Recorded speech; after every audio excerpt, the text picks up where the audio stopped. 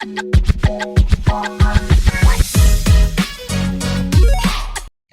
Everyone, welcome back to my YouTube channel. मेरा नाम है अंकिता शर्मा और मैं आ गई हूँ एक और नए वीडियो के साथ। तो आज हम बात करने वाले हैं आपके प्रॉपर्टी राइट्स, उन प्रॉपर्टी राइट्स के बारे में जब स्टेट गवर्नमेंट, जो भी आपकी स्टेट है जहां से भी आप लोग बिलोंग करते हो, वो स्टेट गवर्नमेंट एक नोटिफिकेशन निकालती है और उस नोटिफिकेशन के हिसाब से वो एक पर्टिकुलर एरिया डिसाइड करती है कि अब से ये जो एरिया है वो या तो रिजर्व फॉरेस्ट बनेगा या फिर प्रोटेक्टेड फॉरेस्ट बनेगा। अब पहले आपको मैं थोड़ा सा इन दोनों टर्म्स में डिफरेंस समझा देती हूँ, आपको आगे वीडियो जो है वो बहुत अच्छे से समझ आ जाएगी। रिजर्व फॉरेस्ट का मतलब है कि जहां पे सारी एक्टिविटीज पूरी तरह से बंद कर दी जाएंगी, एक्सेप्ट अगर कुछ परमिशन, अगर गवर्नमेंट अपने रूल्स के हिसाब से, अपनी कुछ कंडीशंस के हिसाब से जो है वो अगर परमिट कर दी है तो वो अलग बात होगी। उसकी परमिशन अगर लोग लेते हैं वो अलग बात होगी, लेकिन इसके अलावा वहां पे सारी एक्टिविटीज जो है वो बैन कर दी जाती है, पूरी तरह से उनको जो है वो बंद कर दिया जाता है, प्रोहिबिट कर दिया जाता है।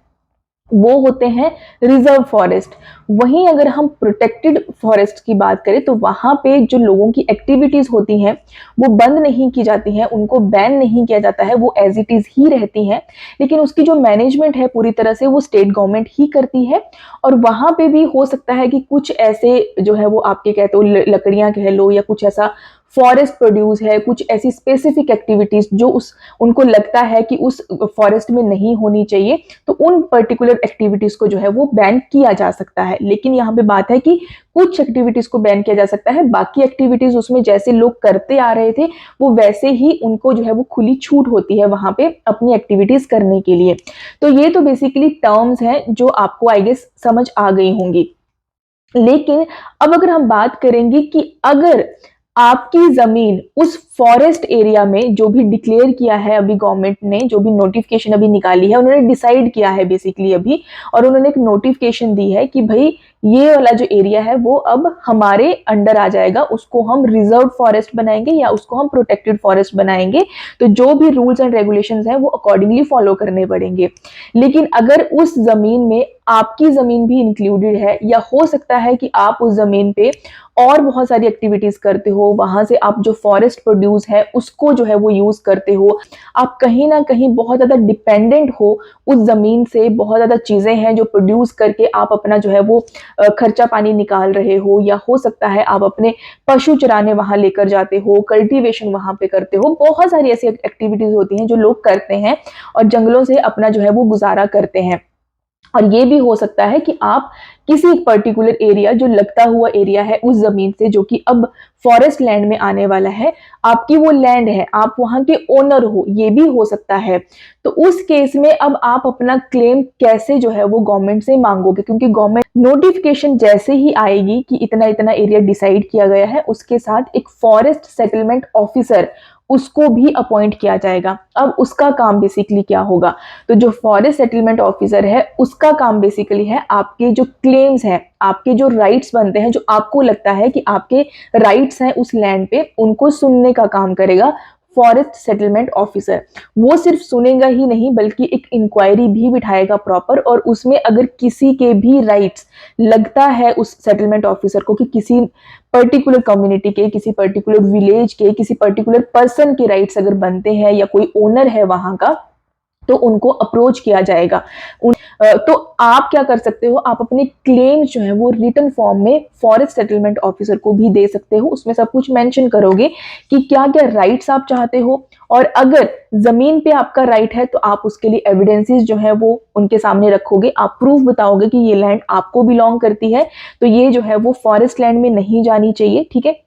हर एक चीज आप रिटन फॉर्म में भी दे सकते हो। रिटन फॉर्म में नहीं दे सकते अगर, तो आप जो है वो जाके वहां पे प्रेजेंट हो जाइए फॉरेस्ट सेटलमेंट ऑफिसर के पास और उनको अपनी पूरी बात बताइए। वहां पे कोई ना कोई आपकी जो कंप्लेंट है, आपके जो क्लेम्स हैं, वो सारे वहां पे लिख लिए जाएंगे। उसके बाद पूरी इंक्वायरी बिठाई जाएगी। उसके बाद ये डिसाइड किया जाएगा कि क्या आपको जो क्लेम आप कर रहे हो कि आपको वहां पे जो है वो कुछ प्रोड्यूस करना है, आपको अपने जो पशु हैं उनको चराना है, आपको कल्टीवेशन के लिए लैंड चाहिए, कुछ भी एक्टिविटीज जो आप करना चाहते हो, जो आप करते आ रहे थे बहुत लंबे टाइम से, और अब चाहते हो कि उस चीज पे रोक ना लगे, तो उस चीज के लिए आप अपना पहले पूरा क्लेम बताओगे। वो क्लेम जो है वो के बाद जो फॉरेस्ट सेटलमेंट ऑफिसर है वो एक पूरी रिपोर्ट तैयार करेगा कि किस किस पर्सन के क्या क्या क्लेम्स बनते हैं, उसमें अपना ओपिनियन भी बताएगा और वो रिपोर्ट वो भेजेगा स्टेट गवर्नमेंट को। उस तो स्टेट गवर्नमेंट जैसे ही उसके पास वो रिपोर्ट आएगी और जो ओपिनियन होगा, जो सेटलमेंट ऑफिसर है उसके ओपिनियन को भी बहुत अच्छे से देखते हुए